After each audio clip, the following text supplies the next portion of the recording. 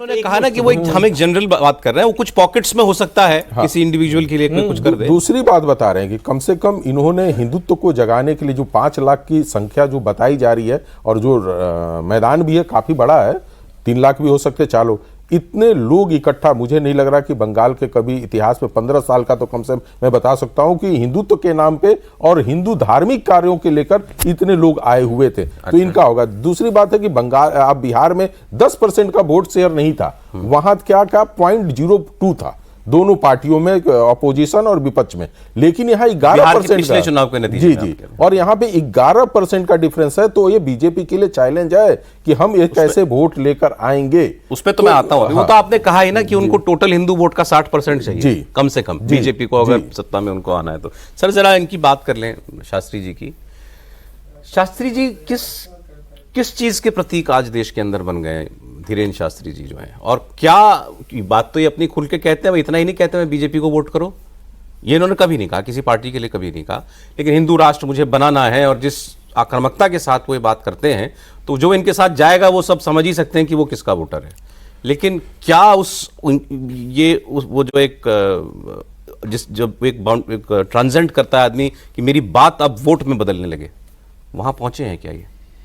भाई जहाँ जहाँ संतन के चरण पड़ रहे हैं, जैसे बिहार में भी इन्होंने गांधी मैदान में कार्यक्रम किया था, आप याद करिए। मैं तो, मेरे पास कोई डाटा नहीं है मनोज जी की तरह, लेकिन मैं तो डॉट्स जोड़ता हूँ। बिहार चुनाव के पहले एक बहुत बड़ा सम्मेलन अश्विनी चौबे ने गांधी मैदान में कराया था, जिसमें बागेश्वर धाम स्वयं उपस्थित थे। ठीक है, मनोज तिवारी भी 1-2 बार इनको बिहार ले गए थे। तो इनके जो भक्त हैं, जो मैंने देखा है, वो इनके भक्त के लिए बाबा के बात एकदम ब्रह्म वाक्य है, जो इनका भक्त है, और इनके भक्तों की बड़ी संख्या है। और इनके साथ एक अच्छी बात यह है बागेश्वर बाबा के साथ कि ये कोई फिजूल बात नहीं करते, कोई लूज टॉक नहीं करते। इनका अपना एक थॉट है कि हमको हिंदू राष्ट्र बनाना है, हिंदू जागृति कराना है, उसी पर लेके, ये 2 चीज पर लेके चलते हैं बस।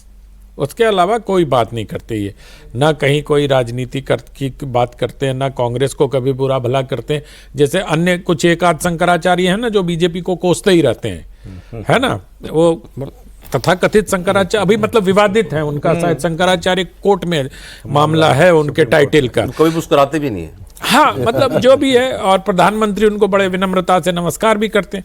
तो मैं सिर्फ ये कह रहा हूँ, अखिलेश यादव पिटवाते हैं फिर भी समर्थन करते हैं। ये गैर राजनीतिक तरीके से अपनी बात कहते हैं, लेकिन इनकी बातों का बहुत गहरा असर होता है। क्योंकि मैंने ये देखा है, जो बंगाल की बात आप लोग कर रहे थे हिंदू का, वहाँ एक बहुत पुराना परिवार ठाकुरबाड़ी में रहता है कलकत्ता में। हमने उनके वो महिला से बातचीत कर रहा था मैं उनसे, तो उन्होंने कहा कि अब मैं क्या बताऊं, मैं तो ममता दीदी को ही दूंगी, किसी और को नहीं दूंगी, लेकिन इसका क्या करूं, ये रोज घर में ब्रेन वॉश करता है आके, इसका मतलब पति का, कि देखो ये हिंदुओं की क्या हालत हो रही है, कितनी बुरी गत बन गई, बांग्लादेश में मंदिर तोड़े गए, इस्कॉन वाले को पीटा, है ना। तो ये इस्कॉन और रामकृष्ण मिशन का भी बहुत वहां हिंदू साइकी पे असर है। वो जो बात सर ने कही कि बांग्लादेश का असर, जो बात प्रदीप जी कह रहे थे, तो वो सारी बातें एक कहीं ना कहीं से माहौल बनना शुरू हो गया है, जो बीजेपी को प्लस करेगा। अच्छा देखिए, ये हम लोग बात, अब ये फैक्ट है, इसमें कोई बहस वाली बात नहीं है कि मुस्लिम मानस बनाने में मुस्लिम धर्म गुरुओं का बहुत बड़ा रोल होता है। कई लोग तो कहते हैं कि इलेक्शन के टाइम पे जो है रोल होता है, फतवे निकलते हैं कि इसको वोट देना है, इसको नहीं देना, हर शुक्रवार को। तो वो रोल, वो बहुत बड़ा रोल प्ले करता है मुस्लिम धर्मगुरु, मुस्लिम माइंड को कंट्रोल करने में या इन्फ्लुएंस करने में, कंट्रोल भी नहीं कहूं तो मैं, हिंदुओं में ऐसा कभी कोई रहा नहीं।